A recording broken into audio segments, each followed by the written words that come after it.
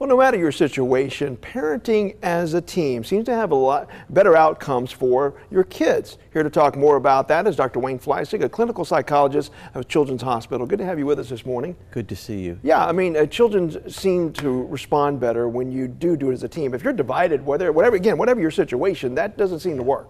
If you don't have a unified front, there are a lot of problems that can come up. One, he can be confused about what he's supposed to do. Two, he can go to whoever gives him the best deal.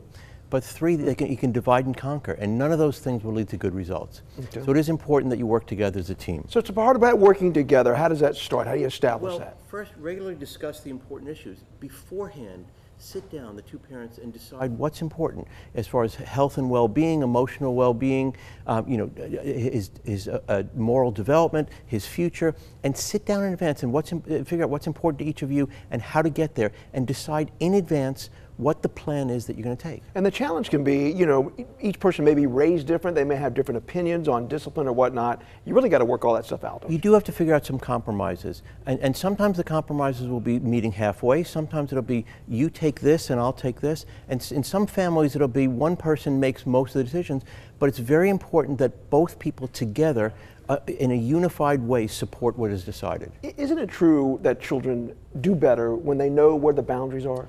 I mean, think about your job. I mean, if you show up in a job and they didn't tell you what the rules or expectations were, but just you did something wrong and then they told you, that's not the way to do it.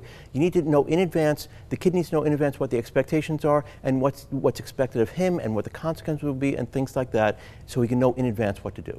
Sometimes you'll see a parent say, well, if you do such and such one more time, you're going to get this type of punishment, but they don't follow through. Right. And of course, you don't want to be extreme there, but you really have to be consistent, don't you? It is very important to follow through. And what happens sometimes is that if one parent doesn't really agree with what has been decided on, they don't follow through, and it undermines things, and that causes ineffective parenting, but it also causes the child to get a message that I don't need to listen to what the parents say. And I love your last point, supporting each other's decisions, because in terms of, it's related to football coaching. A lot of time in the coaching room, right, they're going at each other, but when they get out on that practice field, right, they are united, because the players can sense it when they're not. Right, and especially, there can be some individual differences and flexibility on small issues, but you still need to support the other parent in what's decided. You have to be on a unified front on these things. Dr. Wayne Fleissig, always giving out some good information. We do appreciate it, sir. Hope that helps some folks out there who are parents. Appreciate it. All right.